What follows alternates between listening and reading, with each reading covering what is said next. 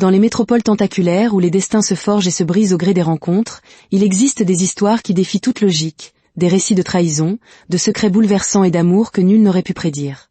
Celle que nous allons vous conter aujourd'hui est l'une d'entre elles. Dès l'instant où Grace posa le pied dans la ville, sa vie fut un mélange de labeur acharné et de survie silencieuse. Amenée de son village par un oncle qui ne pouvait plus subvenir à ses besoins, elle se retrouva employée comme vendeuse dans le supermarché de Monsieur Tony. Ce fut son commencement dans la grande cité. Pas de glamour, pas de confort, juste une existence modeste et régulière. Monsieur Tony n'était pas un homme méchant. Il lui avait cédé une petite réserve à l'arrière du magasin pour dormir. Un simple matelas, une tasse, une assiette et un seau en plastique constituaient tout son mobilier. Grace n'était pas du genre à se plaindre. Tant qu'elle avait un toit sur la tête et de quoi manger, parfois du pain, parfois les restes du riz jollof de la maison de Monsieur Tony, elle s'estimait bénie. Chaque matin, elle se levait bien avant que le soleil ne touche les fenêtres pour balayer et laver le sol. Ses mains connaissaient mieux le contact du balai et de la serpillière que celui du repos. Ranger les paquets de riz, les boîtes de conserve de tomates, accueillir les clients avec ce sourire timide qui la caractérisait. Les clients l'aimaient bien. Les mères de famille l'appelaient « ma jolie fille à la peau claire, viens donc me servir ». Les enfants lui faisaient de grands signes en la voyant. Et son collègue, Sunday, la taquinait sans cesse. « Grace, tu balais comme un vieux grand-père. Dis-moi, tu n'as pas mal au dos ?»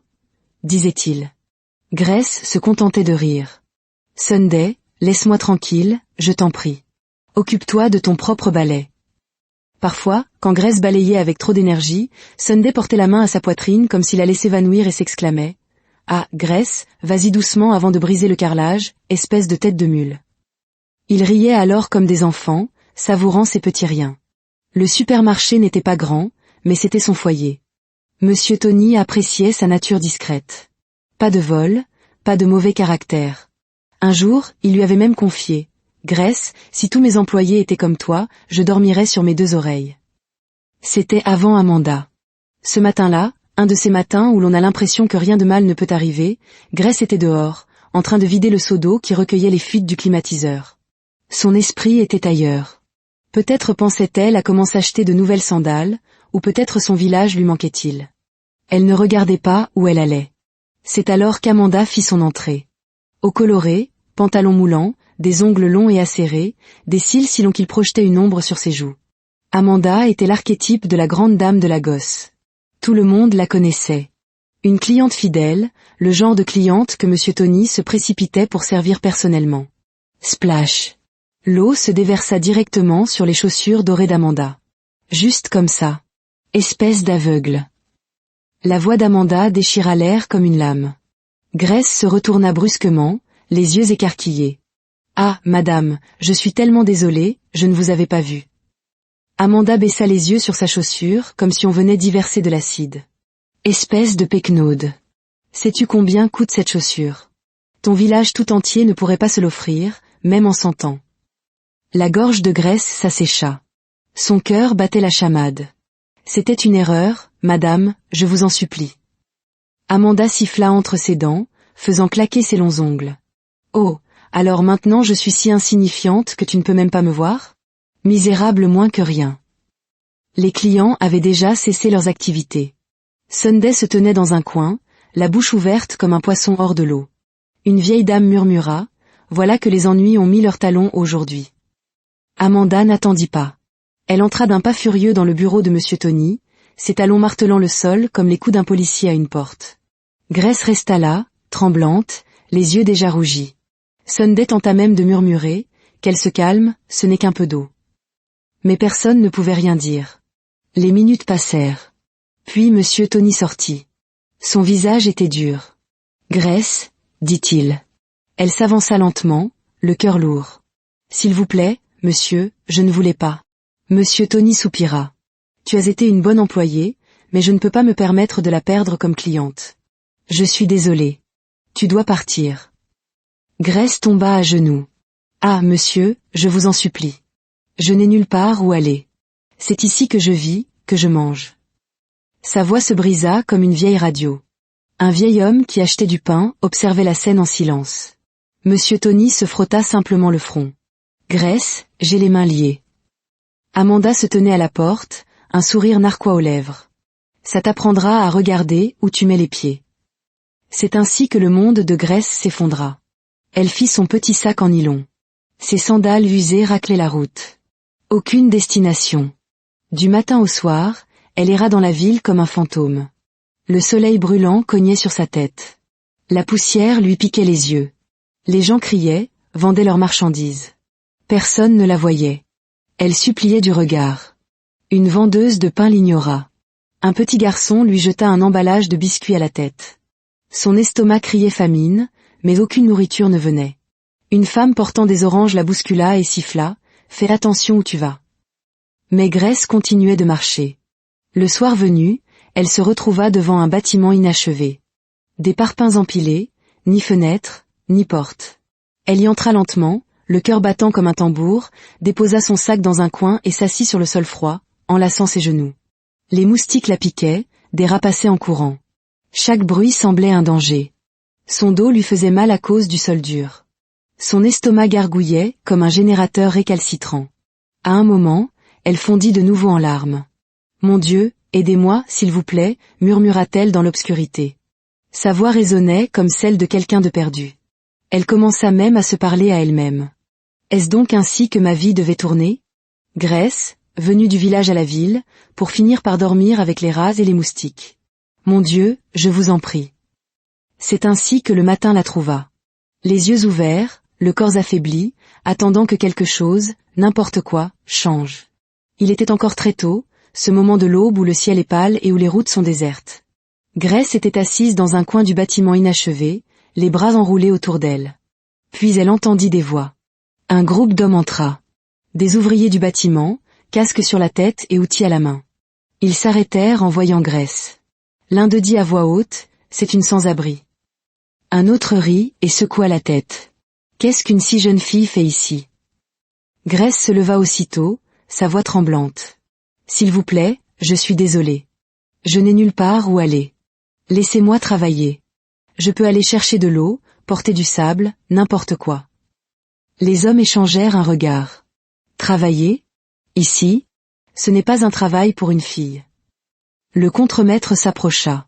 Il était plus grand que les autres, portait un casque rouge. « Tu veux travailler ici ?» demanda-t-il, la jaugeant de la tête aux pieds. « C'est un chantier.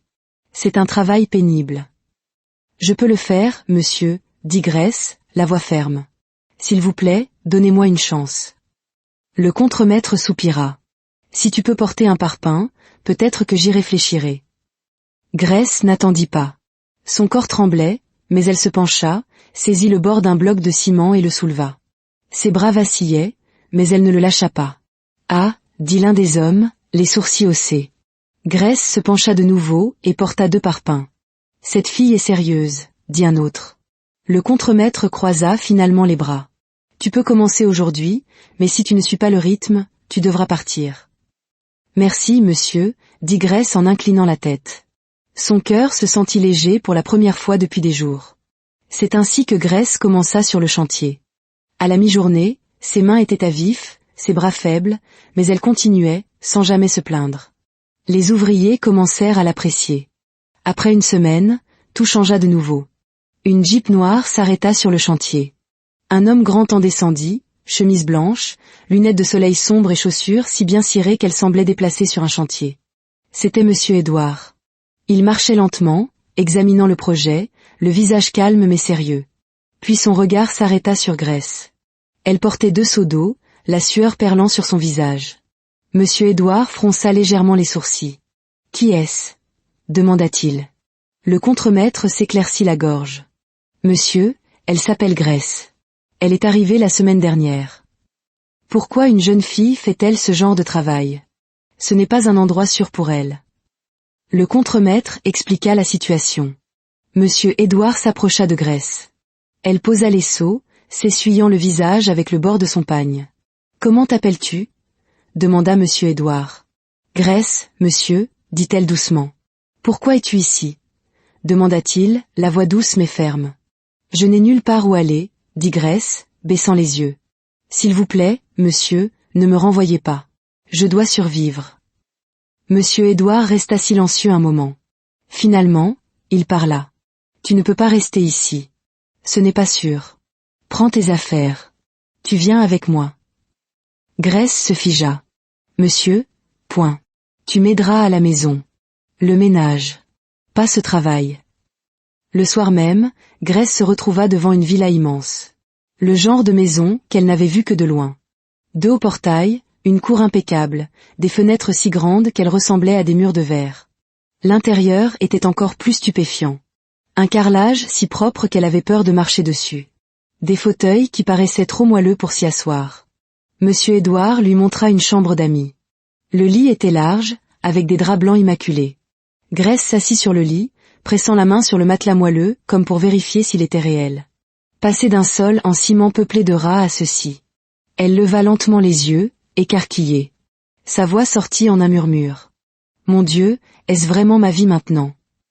Cela faisait plusieurs jours que Grace travaillait dans la demeure de Monsieur Édouard, mais pour elle, c'était toujours un rêve dont elle ne voulait pas se réveiller. Son estomac était toujours plein maintenant.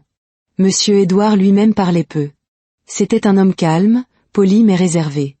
Leurs échanges se limitaient souvent à « bonjour, monsieur » et « bonjour, Grace ». Grace gardait la tête basse, faisait son travail avec soin, s'assurant de ne jamais donner à Monsieur Édouard la moindre raison de se plaindre. Elle préférait ainsi. Paisible, silencieuse, presque invisible. Jusqu'à Sonia. Cet après-midi-là, Grace passait la serpillière lorsque la sonnette retentit. Elle alla ouvrir. Une femme se tenait là, grande, la peau claire, les cheveux relevés en un chignon royal. « Édouard est-il à la maison ?» demanda-t-elle sèchement, toisant Grace de la tête aux pieds comme si elle examinait un chiffon usé. « Je peux savoir qui le demande ?» demanda poliment Grace. La femme retira lentement ses lunettes. « Je suis Sonia. » Avant que Grace ne puisse dire un mot, la voix de Monsieur Édouard retentit du couloir. « Sonia. » Il s'approcha, son expression calme inchangée, mais une lueur fugitive passa dans ses yeux. Sonia entra, ses talons claquant bruyamment sur le carrelage. Ses yeux balayèrent la pièce, puis se posèrent de nouveau sur Grace. C'est là que tout bascula. Le visage de Sonia se crispa. « Et qui est-ce » demanda-t-elle d'une voix acérée. Monsieur Édouard répondit calmement. « Elle s'appelle Grace. Elle travaille ici. » « Elle travaille ici. » La voix de Sonia monta d'un ton. « À faire quoi exactement ?» « Le ménage, elle aide à la maison. » Sonia se tourna complètement vers Grace, qui fixait le sol, souhaitant disparaître. « Que fait cette fille de la campagne ici ?»« Édouard, tu veux me dire qu'avec toutes les options disponibles à la gosse, c'est cette personne que tu as trouvée ?» Édouard resta calme. Grace avait besoin d'aide. Elle reste ici maintenant. « Je n'aime pas ça, » dit froidement Sonia. « Renvoie-la. Tu peux trouver quelqu'un d'autre. » Édouard secoua la tête une seule fois. « Grace reste. C'est ma décision finale. » Ces mots résonnèrent dans les oreilles de Sonia longtemps après son départ ce soir-là. Cette fille, si calme, trop jolie pour être laissée seule dans une maison avec un homme comme Édouard. Le lendemain matin, Sonia prit sa décision. Elle fit une valise et s'installa à plein temps dans la villa. À partir de ce moment, tout changea pour Grace. Cela commença par de petites choses. Si Grace nettoyait le salon, Sonia passait son doigt sur une étagère à la recherche de poussière. « C'est comme ça que tu balais ? Regarde ce coin, » disait-elle à voix haute. « Je suis désolée, madame, » répondait doucement Grace. Sonia refusait souvent que Grace mange. « Cette maison n'est pas une œuvre de charité, » disait-elle sèchement. « Si tu as faim, mange ce que tu as ramené de la rue. » Grace, trop effrayée pour se plaindre, attendait minuit, se faufilait dans la cuisine pour prendre une tranche de pain et la manger debout près de la fenêtre comme une voleuse. Parfois, la main de Sonia s'abattait sur le visage de Grace pour la moindre peccadille. Monsieur Édouard commença à le remarquer. Il rentrait parfois plus tôt et la maison était remplie des plaintes bruyantes de Sonia, tandis que Grace, dans un coin, restait silencieuse, le visage baissé, les mains stables. Un après-midi, Édouard entra et trouva Grace en train de frotter l'escalier à main nue pendant que Sonia, en haut des marches, un verre de jus à la main, criait « Assure-toi de nettoyer chaque recoin. Je ne veux pas voir une seule trace de poussière, espèce de chèvre. » Édouard sentit sa poitrine se serrer. Ce soir-là, il prit Grace à part. « Est-ce que ça va ?» demanda-t-il doucement. Grace força un petit sourire. « Oui, monsieur. Je vais bien. » Édouard plissa légèrement les yeux, mais n'insista pas. Cette nuit-là, Il se tint dans le couloir, observant. Sonia se plaignait encore, et Grace, dans son coin, pliait le linge tranquillement. Édouard se surprit à les comparer. L'une bruyante et exigeante, l'autre douce et digne. Et au fond de sa poitrine, quelque chose changea. Il se dit silencieusement, comment une fille qui dormait avec les rats peut-elle plier le linge comme une reine qui a perdu sa couronne? Et cette pensée refusa de le quitter. Après des mois à tout essayer pour chasser Grace, Sonia était épuisée. Elle avait insulté, affamé, giflé, mais Grace restait, silencieuse. Sonia n'était pas aveugle. Elle voyait la façon dont Édouard regardait parfois Grace. Cela la rendait folle. C'est alors qu'elle décida de commettre l'irréparable. Un après-midi tranquille, Sonia appela Grace au salon. Sa voix était douce, trop douce. « Assieds-toi, Grace, » dit Sonia. « Parlons un peu. » Grace s'assit prudemment sur le bord du fauteuil. « J'ai réfléchi, j'ai peut-être été trop dure avec toi. Recommençons à zéro. » Les yeux de Grace s'écarquillèrent légèrement. « Merci, madame. »« Fais-moi une petite faveur, » continua Sonia. « Va me préparer des nouilles. J'ai une petite faim. » Le cœur de Grace s'allégea en se dirigeant vers la cuisine. Peut-être que les choses allaient enfin changer. Elle prépara les nouilles avec soin. Quand elle revint avec le bol fumant, Sonia l'attendait. « Grace, s'il te plaît, va me chercher un jus de fruits frais dans le réfrigérateur. » Dès que Grace quitta la pièce, la main de Sonia plongea dans son sac. Elle en sortit un petit sachet de poudre, le versa dans les nouilles, remua rapidement et reposa la fourchette. Au moment où Grace revint, Sonia était parfaitement en place. À la seconde où Grace lui tendit le verre, Sonia prit la fourchette, goûta une bouchée, puis la laissa tomber brusquement. Sa main vola à sa gorge. « Jésus, tu m'as empoisonné !» hurla-t-elle, s'effondrant au sol de façon théâtrale. « Madame, je n'ai rien fait. » Édouard accourut de l'étage. « Que se passe-t-il ici ?» Sonia toussa bruyamment. « Elle m'a empoisonné. Grace a empoisonné ma nourriture. » Grace tomba à genoux. « Monsieur, je vous en prie, je suis innocente. Je le jure. » Édouard regardait les deux femmes, confus. Sonia pointa Grace du doigt. « Demande-lui d'en manger si elle est innocente. » La main de Grace tremblait, mais elle prit la fourchette. Elle voulait prouver son innocence. Sans réfléchir, elle mangea une bouchée du même bol.